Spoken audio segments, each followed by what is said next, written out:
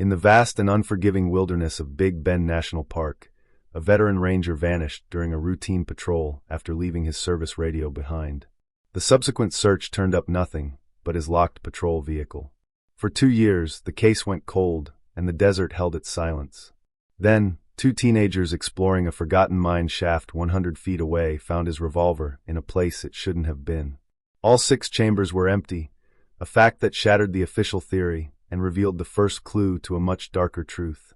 The realization that Park Ranger Ronan Wabby was missing didn't begin with a frantic call or the discovery of an accident.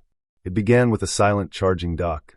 On August 5, 2020, as the Texas sun began its slow descent behind the Chizos Mountains, casting long, distorted shadows across the massive park, the evening shift change was underway at the Panther Junction Ranger Station. Radios were swapped, reports were filed, and a low hum of administrative wrap-up filled the air. It was a normal, end-of-day routine until it wasn't. Ronan Wabby, a 61-year-old veteran of the National Park Service, hadn't checked out. In a park spanning over 800,000 acres of rugged, remote terrain, delays were common. A ranger might be held up assisting a motorist or navigating a difficult trail. Initially, supervisors assumed it was a minor delay. Ronan knew the park better than almost anyone. His experience was the bedrock of the station's operations. But as the minutes stretched into an hour, a routine check of the equipment logs revealed something that immediately shifted the atmosphere from mild concern to sharp anxiety. Ronan's portable radio, his lifeline in the desolate wilderness, was still sitting in its charging dock. For any ranger, going into the field without a radio was a significant breach of protocol. For a ranger with Ronan's decades of meticulous service, it was unthinkable. This wasn't a simple oversight, it felt like a glaring red flag. Supervisors immediately tried to reach Ronan on his personal cell phone, but the call went straight to voicemail. Not surprising given the spotty coverage across much of the park. The immediate priority became locating his last known whereabouts. Investigators began interviewing rangers who were on duty that afternoon. Ranger Von Hopper was the last person to have spoken with Ronan. According to Hopper, a colleague with several years at Big Bend, he received a report of unauthorized campfire smoke near the remote Mariscal Mine area. The Mariscal Mine, an abandoned mercury extraction site, was in one of the most isolated sections of the park, close to the Rio Grande. Hopper explained that the shift was winding down, and the report was minor, but protocol dictated it needed to be investigated. Ronan, overhearing the details, had volunteered to handle it. Hopper recalled Ronan mentioning it would be a quick check, a final patrol loop before heading back to Panther Junction to sign off. When questioned about the radio, Hopper suggested that Ronan seemed unusually rushed, perhaps preoccupied with getting to the site and back before sunset. In that rush, Hopper surmised, Ronan must have simply forgotten to grab his radio. It seemed like a plausible explanation, even for someone as experienced as Ronan. With a probable location established, patrol units were immediately dispatched toward the Mariscal Mine access road. The drive itself was long and arduous, requiring high-clearance vehicles to navigate the unmaintained dirt tracks. The August heat, even after sunset, remained oppressive, clinging to the landscape. It was deep into the evening when search units located Ronan's patrol vehicle. It was parked near the entrance to the old mining area, pulled off the track in a manner consistent with a standard patrol stop. The vehicle was locked. Flashlights cut through the darkness, illuminating the dusty exterior and immediate surroundings. There were no visible signs of a struggle, no discarded equipment, no tracks leading urgently away from the vehicle. It was simply empty, silent, and offered no clues as to where its driver had gone. Back at Panther Junction, the process of official notification began. Ronan's son, Kalen Wabby, a police officer living in Odessa, Texas, was contacted. The news of his father's disappearance, coupled with the detail about the abandoned radio, struck Kalen immediately as profoundly wrong. An official missing person report was filed, mobilizing the resources of the National Park Service Investigative Services Branch, along with state and local agencies. As Kalen prepared to make the long drive to Big Bend, he highlighted a unique detail about his father to the investigators. Ronan was one of the few rangers in the service who still carried an older model service revolver. Having been grandfathered in when the service transitioned to semi-automatic pistols, Ronan preferred the reliability of the weapon he had carried for decades. It was a detail that defined his old-school approach to the job, and now it was a critical piece of information in the search for a missing, armed federal officer. The dawn of August 6th brought the full scale of the challenge into sharp focus. The search and rescue operation for Ronan Wabby was massive, mobilizing resources from across Texas and neighboring states.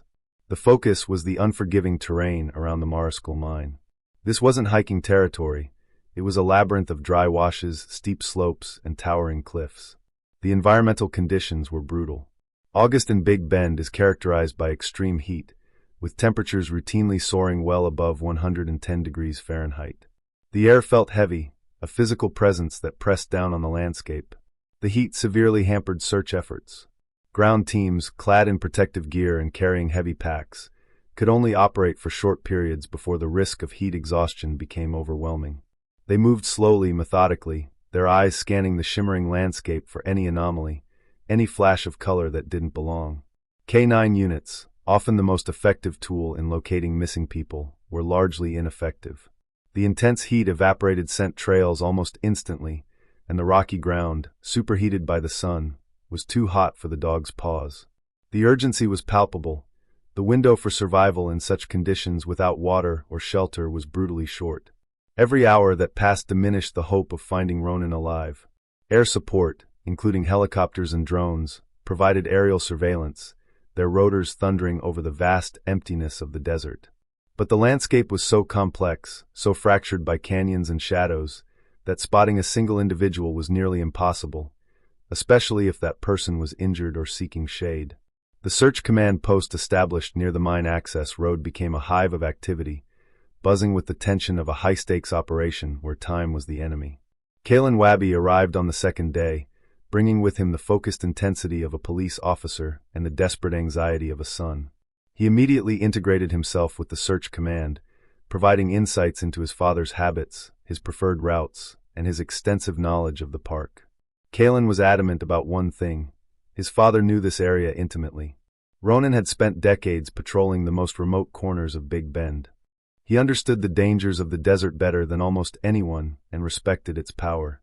Ronan insisted that his father would not simply get lost, nor would he succumb to the heat or dehydration without leaving some sign, some indication of his direction of travel. If Ronan was injured, he would know how to signal for help, how to maximize his chances of being found. The complete absence of any trace was the most alarming aspect of the disappearance. It suggested something else entirely. While the physical search continued under the punishing sun, investigators began to scrutinize the reason Ronan was in the Mariscal Mine area in the first place, the report of unauthorized campfire smoke. This detail, relayed by Ranger Von Hopper, was the catalyst for Ronan's final patrol. In a high-risk fire season, such reports were taken seriously. But as investigators dug into the dispatch logs, they encountered a confounding dead end. The report had been called in anonymously. There was no caller ID, no callback number, and the description of the location was vague, just a general reference to the Mariscal area. Efforts to trace the call's origin proved fruitless. It appeared to have been made from a location that masked its signal effectively. Furthermore, extensive and meticulous searches of the area where the smoke was reported yielded nothing. Teams scoured the ground for any indication of human activity, looking for footprints, scuff marks, disturbed vegetation, or discarded items. They found no sign of Ronan. Crucially, they also found no evidence of a recent campfire. There were no charred remains of wood, no ash, no soot staining the rocks. The ground was pristine. The conclusion was unsettling. The report of campfire smoke appeared to have been entirely fictitious. This realization cast a dark shadow over the investigation. If the report was fake, it meant Ronan had been deliberately lured to one of the most remote corners of the park. The initial question of who and why was still a mystery, and when the anonymous call couldn't be traced, the search and rescue operation shifted into a full-blown criminal investigation. The Mariscal Mine's location near the Rio Grande, the international border with Mexico, naturally led investigators to the next phase of the inquiry. Despite its beauty, the Big Bend area is a well-known corridor for smuggling everything from drugs to weapons to people. Its rugged, difficult terrain provides excellent cover for those who know how to use it. Investigators theorized that Ranger Wabby might have accidentally stumbled upon a smuggling operation. It was a dangerous but plausible scenario. An experienced ranger showing up unexpectedly could have provoked a violent reaction from smugglers desperate to protect their cargo. This theory gained significant traction when a specialized Border Patrol tactical unit, known as BORTAC, discovered a substantial, recently abandoned smuggler's camp several miles from the Mariscal Mine. The camp was typical of cartel operations: large quantities of bottled water, non-perishable food, discarded clothing, and rudimentary camping gear. It was a way station, a place for smugglers to rest and resupply on their journey north. The discovery caused a massive diversion of investigative resources. The area was treated as a crime scene. Every item was cataloged, analyzed for fingerprints, and scrutinized for any link to the missing ranger. The prevailing theory solidified: Wabby had stumbled upon the people using this camp, and they had either abducted or killed him. The mood among investigators darkened. Confrontations with organized smuggling groups rarely ended well. For several weeks, the investigation focused almost exclusively on this lead. Intelligence analysts worked to identify the specific organization responsible for the camp, tracking movements and analyzing known smuggling patterns in the region. It felt like they were on the verge of a breakthrough, that the answer lay within the complex web of cross-border criminal activity. However, the forensic analysis of the camp eventually delivered a decisive blow to this theory. Forensic teams concluded that, based on the degradation of the food items, the accumulation of dust and debris, and the lack of recent environmental disturbance, the camp had been abandoned several days, perhaps even a week, before Ranger Wabby disappeared. The footprints found at the site were degraded and inconsistent with activity on the day Wabby vanished. The camp was unrelated to his case. It was a frustrating realization. Weeks of intensive investigation had led to a dead end. The trail, which had seemed so promising, evaporated like water on the hot desert pavement. With no physical evidence linking Wabby to the camp and no other leads emerging from the vast wilderness, the investigation stalled. The massive search and rescue operation gradually scaled back. The helicopters fell silent, the ground teams returned to their home bases, and the desert reclaimed its secrets.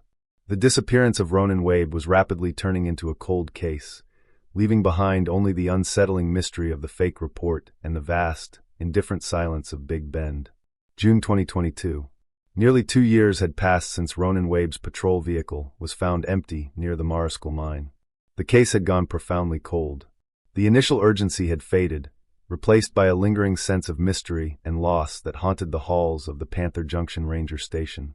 For Kalen Wabby, the absence of answers was a constant ache, a refusal to accept that his father could simply vanish without a trace in the landscape he loved.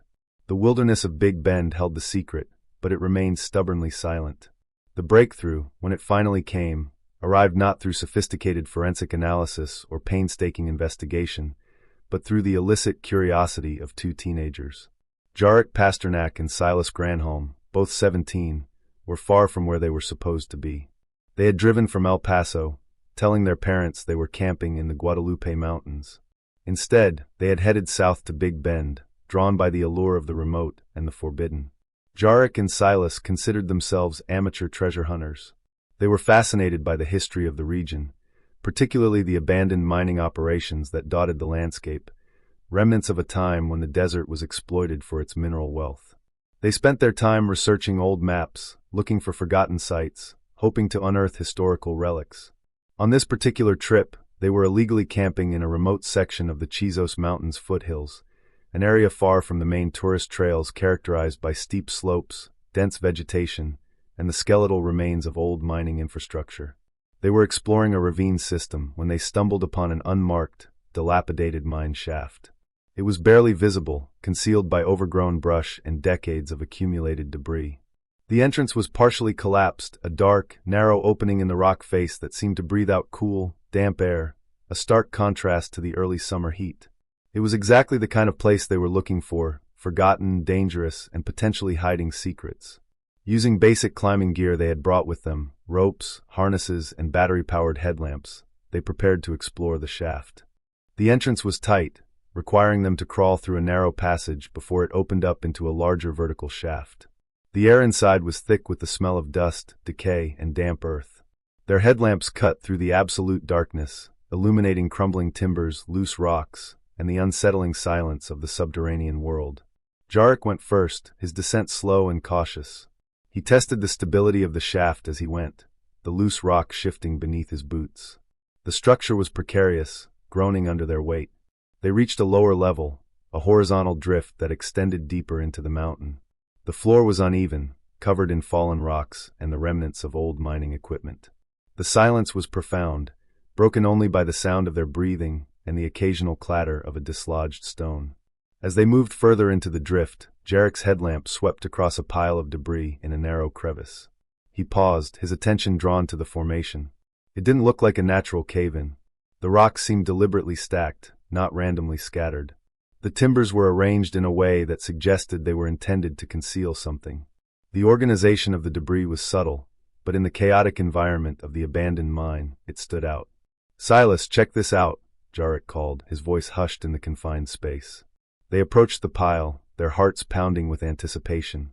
They began digging, pulling away the loose rocks and heaving the heavy, waterlogged timbers aside. The work was difficult in the confined space, their breathing labored in the dusty air.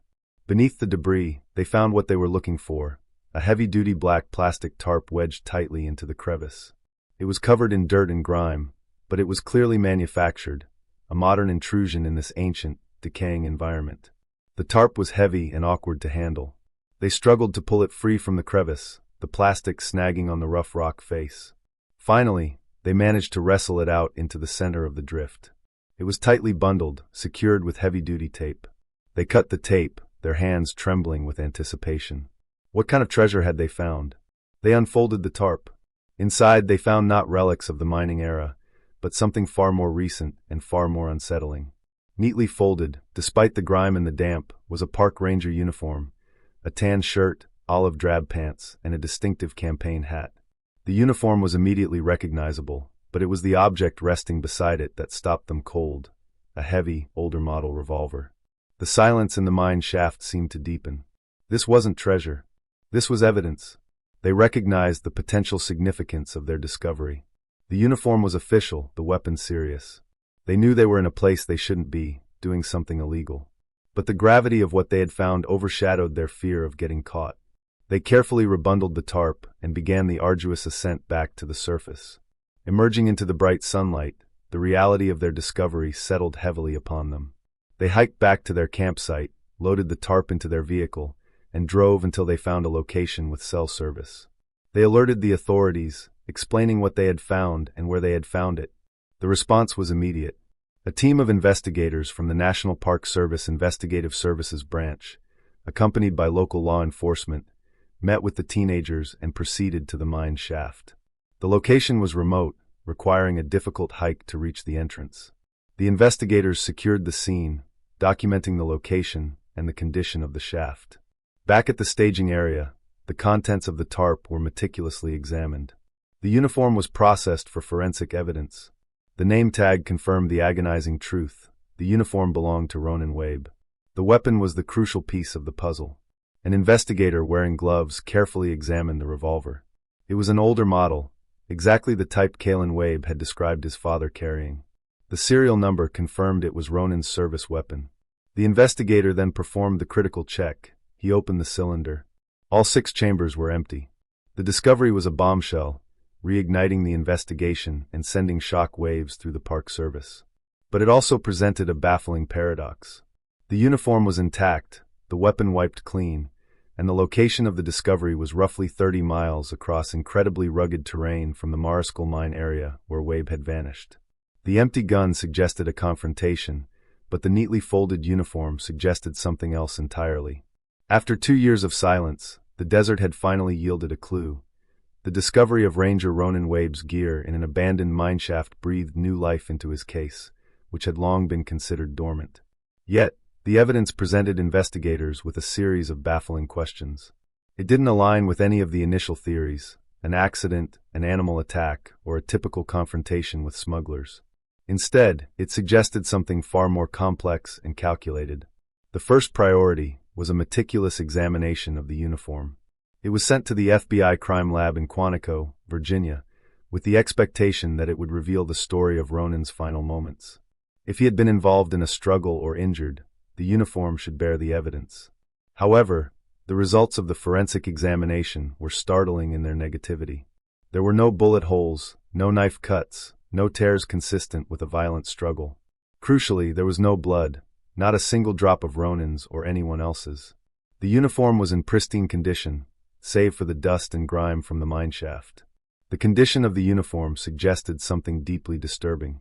It appeared to have been deliberately folded and wrapped in a tarp before being concealed. This implied a level of control and a methodical approach inconsistent with a spontaneous act of violence. Why would an assailant take the time to carefully fold a uniform? The neat folding was not a sign of respect, but a chilling display of efficiency. It suggested that Ronan was either compliant or incapacitated when the uniform was removed. The lack of forensic evidence was equally perplexing. The tarp and uniform had been wiped clean of fingerprints. There were no latent prints, nothing that could identify who handled the evidence. Whoever had disposed of the gear was careful, professional, and aware of forensic countermeasures. This was not the work of amateurs. Meanwhile, the revolver underwent rigorous ballistic analysis and was confirmed to be Ronan's service weapon. Forensic testing confirmed that all 6 rounds had been fired. This was the first concrete evidence of a confrontation. An experienced ranger like Ronan would not have emptied his weapon unless faced with a significant threat. Yet, the pristine uniform contradicted a firefight where he was wearing it. If he was shot, there would be blood. If he was in a struggle, there would be tears. The evidence simply didn't add up. If he fired all 6 shots, where did the bullets go? And if he wasn't wearing the uniform when he fired, why did he take it off? With the physical evidence offering more questions than answers, investigators searched the mineshaft itself. A specialized forensic team trained in confined space excavation and recovery was brought in. The search was difficult and dangerous. They excavated the area where the tarp was found, digging deep for any trace of human remains, missing bullets, or additional evidence. Weeks of grueling work yielded nothing. Ronan's remains were not in the shaft. The mineshaft was simply a hiding place for the gear, not the scene of the crime. The distance between the Mariscal Mine, where Ronan vanished, and the Chizos Foothills mineshaft, where the gear was found, was approximately 30 miles. This geographic separation, combined with the organized disposal of the evidence, strongly implied a sophisticated operation using motorized transport. Someone had moved Ronan, or at least his gear, from one location to the other. This shifted the focus of the investigation away from the immediate vicinity of his disappearance and toward the network of roads and trails connecting the 2 locations. The investigators were dealing with an adversary who was organized, methodical, and familiar with the vast, empty landscape of Big Bend. The initial theories of a standard smuggling confrontation seemed inadequate to explain the calculated disposal of the gear and the baffling paradox of the empty gun and the folded uniform. This was a complex criminal conspiracy. The investigation began coordinating closely with Border Patrol intelligence, looking for criminal enterprises capable of moving more sensitive cargo. They identified a critical pattern. Both the disappearance and discovery locations lay adjacent to a particularly rugged canyon system known to be used as a human trafficking corridor. Unlike the main smuggling routes, this corridor was utilized by highly organized groups to move people north, avoiding main checkpoints. This new context shed light on the evidence. Human trafficking operations are characterized by a high degree of organization and control. The removal of the uniform might not have been a spontaneous act of violence, but a methodical process of control. If Ronan had been overpowered and abducted, his uniform would have been removed to check for tracking devices, eliminate identifying insignia, and exert psychological dominance. The meticulous cleaning of the weapon and tarp further supported this theory. The investigation shifted its focus to this suspected trafficking corridor. Specialized teams, including BORTAC operators and experienced trackers, were deployed to conduct a detailed search of the canyon system. This was not a standard search and rescue operation. They were moving through brutal terrain that was rarely visited, looking for subtle signs of human passage. They navigated narrow slot canyons, steep slopes, and hidden washes, relying on ropes and climbing gear. Several weeks into the search, in a narrow slot canyon, they discovered a concealed area that had been used as a temporary encampment. It was hidden behind a false wall of rock and brush. The encampment was small, efficient, and designed for temporary use. There were discarded water bottles, food wrappers, and other debris. But it was the rock face at the back of the encampment that drew the investigators' attention. On a relatively smooth granite rock face, they discovered a cluster of distinct bullet impacts. The tight cluster of bullet impacts on the rock face told a grim story. The shots were fired at close range and with deliberate intent. Investigators meticulously documented the scene, photographing the damage and the surrounding area. Their painstaking work began, a slow process of recovering the slugs embedded in the rock and dense earth. Under the desert sun, they used precision tools to carefully chisel away the rock, extracting 6 slugs without damaging their crucial ballistic markings. The bullets were immediately sent for analysis, and the results were conclusive. They were fired from Ronan Wabby's service revolver. The mystery of the empty gun was solved, but a new, horrifying reality emerged. The shots weren't fired in a struggle or combat. The precise grouping indicated a deliberate, systematic act of neutralization. Ronan had been overpowered, and his assailants had taken his weapon to this remote location to methodically empty it into the rock face. They weren't just disarming him, they were eliminating ballistic evidence that could link them to the crime scene. This discovery confirmed the investigators' worst fears. They were dealing with a highly organized, professional criminal enterprise. The encampment was a way station for their trafficking route, and Ronan had stumbled upon it. They had neutralized him and his weapon with cold, calculated efficiency.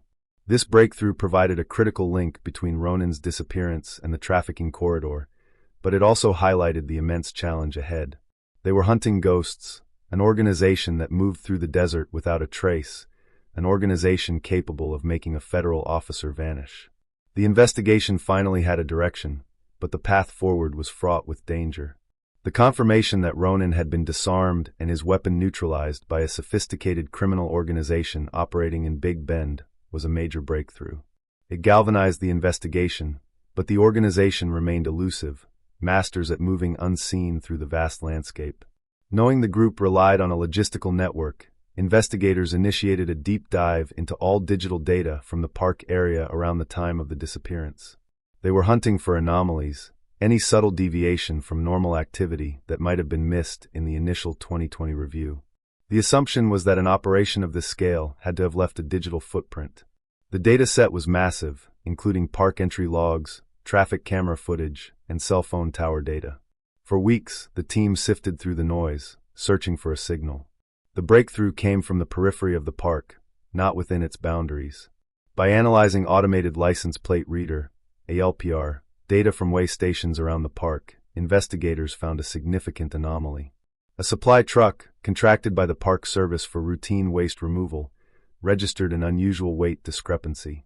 When it left the park late in the evening on the day Ronan vanished, it was substantially heavier than when it entered. This was the opposite of what you'd expect for a waste removal truck, which should be lighter after dropping off supplies and collecting waste. The substantial weight gain pointed to a significant, unauthorized cargo. The implications were profound. The truck had authorized access to remote, restricted areas of the park, making it the perfect cover. The weight anomaly suggested it had picked up illicit cargo, and the timing and location were staggering.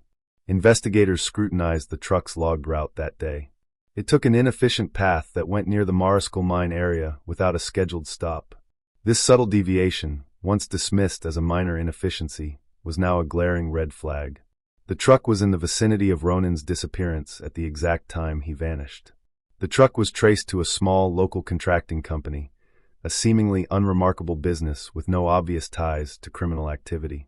The driver, a local resident with no significant criminal record, appeared to be a reliable employee.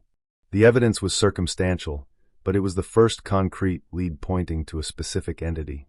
The weight anomaly suggested a Trojan horse scenario, where traffickers used a legitimate park contractor as a front for their operations. Simultaneously, Ronan Wabby, still relentlessly pursuing his father's disappearance, was reviewing Ronan's personal logs. Ronan had kept meticulous notes of his observations and daily activities. Ronan had reviewed them countless times, but this time, armed with the new knowledge of a trafficking corridor and a potential logistical operation, he noticed something he had previously overlooked. In the months leading up to his disappearance, Ronan had made several notes about a specific waste removal truck appearing in unauthorized, restricted areas. Saw the waste truck near the old Maverick Road again. No scheduled stop. Driver said he was checking for illegal dumping.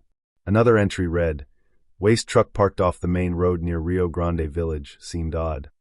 At the time, Ronan had considered the truck's presence to be a minor infraction, not a criminal act. He assumed the driver was taking a shortcut or using the park for personal reasons. But now, in the context of the investigation, Ronan's notes were a revelation. They confirmed the truck was operating outside its authorized parameters in areas that aligned with the suspected trafficking corridor. Ronan had observed the anomaly, but hadn't understood its significance. The convergence of the weight discrepancy, the inefficient route, and Ronan's own observations gave investigators a powerful case for action. The waste removal truck was no longer just a logistical anomaly. It was the central piece of the puzzle, the vehicle used by the criminal organization to move their cargo undetected through Big Bend. The investigation finally had a target. The evidence pointing to the waste removal truck and the local company gave the investigation the focus it desperately needed. The realization that the traffickers were using a legitimate government contract as a cover was a chilling testament to their sophistication and audacity. Authorities placed the company and the driver under intense surveillance, coordinating a complex operation involving the FBI, DEA, and Department of Homeland Security. They were dealing with an organization that had already demonstrated its capacity for violence and ability to evade detection, so the surveillance had to be executed with extreme discretion. Using aerial reconnaissance, electronic monitoring, and undercover operatives, surveillance teams tracked the company's trucks, analyzing their routes and schedules. The driver, the primary suspect, maintained a seemingly normal routine. However, the surveillance revealed subtle deviations, brief meetings in remote locations, and a pattern of behavior suggesting continued illicit activity. The trucks occasionally took unexplained detours, stopping at isolated locations outside the park with no official business connection. Surveillance eventually led investigators to the center of the operation. They tracked the company's movements, linking them not just to the park but to a large, isolated private ranch outside the park's boundaries, hidden within the vast, empty expanse of the West Texas desert. The ranch was located in a secluded valley, surrounded by rugged hills and accessible by only a single dirt road. The ranch was owned by a notoriously reclusive figure, Olin Quaid. Authorities knew him as a wealthy landowner with suspected ties to criminal enterprises, but he'd always managed to insulate himself from prosecution. He cultivated an aura of mystery, rarely leaving his compound and conducting business through intermediaries.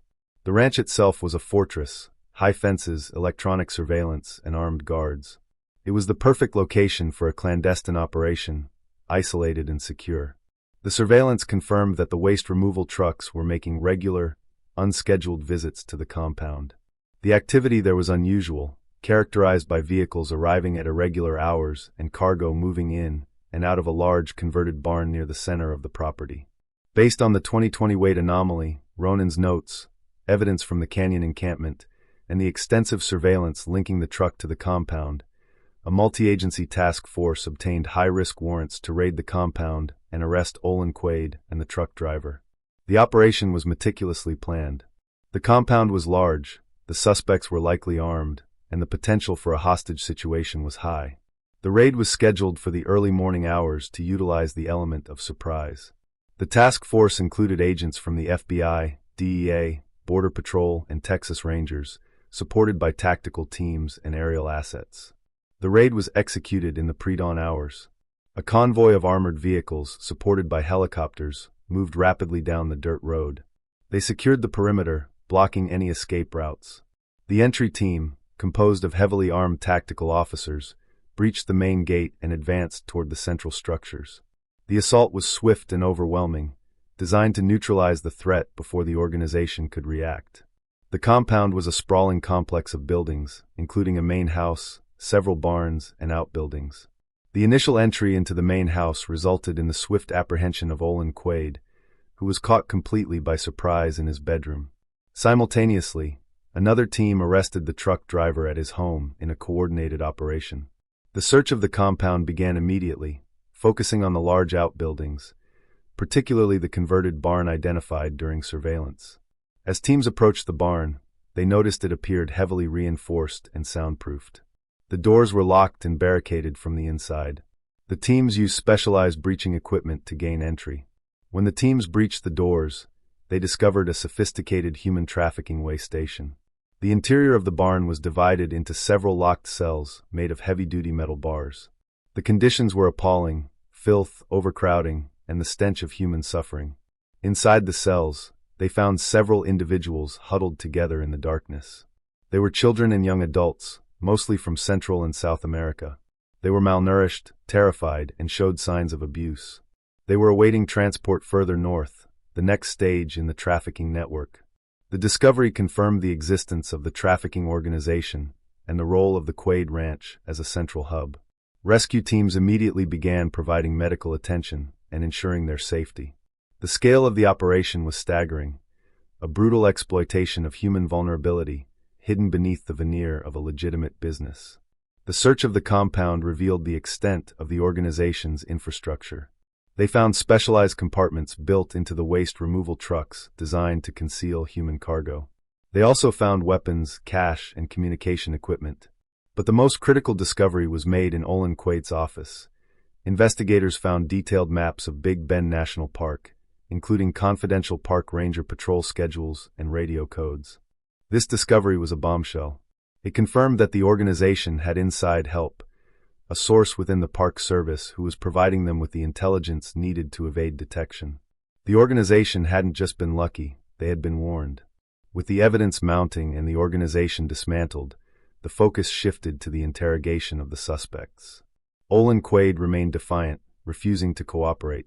But the truck driver, faced with overwhelming evidence and the prospect of life imprisonment, began to crack. Under intense interrogation, the driver broke. He confessed to his role in the trafficking operation, admitting they used the waste removal contract as a cover for moving people through the park. They utilized the truck's specialized compartments to bypass checkpoints and patrols. He confirmed the operation had been ongoing for years, generating millions of dollars for Olin Quaid and his organization. Then came the critical revelation. The driver confirmed their inside source, Ranger Von Hopper. The revelation sent shockwaves through the investigative team. Hopper, Ronan's colleague and the last person to see him alive, had been the organization's informant. He was being paid to provide intelligence, divert patrols, and ensure the smooth operation of the trafficking route. The driver revealed the horrific details of the setup.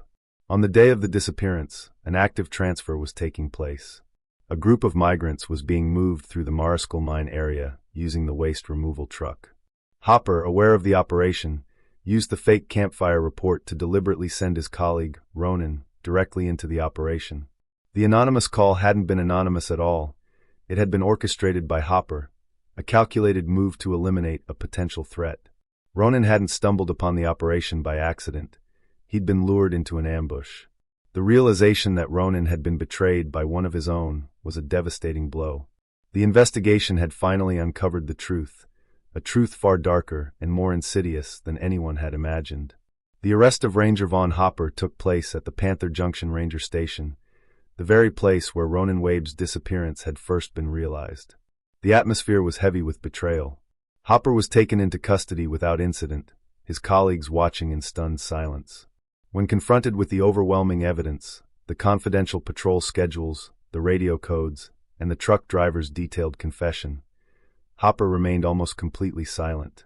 He didn't deny the allegations, but he refused to provide any details about the organization's leadership, the extent of their operations, or the identities of others involved. His silence wasn't born of defiance, but of paralyzing fear. He stated only that the organization was far more dangerous and far-reaching than the authorities understood. He made it clear that he feared them more than he feared prison. While Hopper remained silent, the truck driver, seeking a plea deal, provided the final horrific details of what happened to Ronan Wabby. He explained that Ronan, responding to the fake campfire report, had arrived at the Mariscal Mine area just as the transfer was taking place. He had interrupted the operation, witnessing the migrants being loaded into the specialized compartments of the waste removal truck. Ronan was quickly overwhelmed by multiple armed men, including the driver and other members of the organization. He was disarmed before he had a chance to draw his weapon. His revolver was taken, later emptied at the canyon encampment to neutralize it. He was forced to remove his uniform, a methodical process to check for tracking devices and to exert control. He was then forced into the back of the truck along with the human cargo and transported out of the park. The weight anomaly recorded at the weigh station was the result of the added weight of the migrants and Ronan. Ronan was executed later that day at Olin Quaid's ranch. The organization couldn't risk leaving a federal officer alive. The driver admitted to burying Ronan's body on a remote part of Quaid's property. The uniform and gun were disposed of days later during a separate trip. The driver explained they emptied the gun at the canyon encampment to confuse investigators and divert attention from the actual crime scene. Based on the driver's confession, authorities excavated the indicated site on the ranch. Deep beneath the arid soil, they recovered Ronan's remains. After 2 years of uncertainty, the agonizing mystery was finally solved. Olin Quaid, the truck driver, and Vaughn Hopper were all convicted and received life sentences for their roles in the trafficking conspiracy and the murder of Ranger Wabby. The discovery of Ronan's remains brought a measure of closure to his family, but the betrayal that led to his death left a permanent scar on the tight-knit community of Big Bend National Park.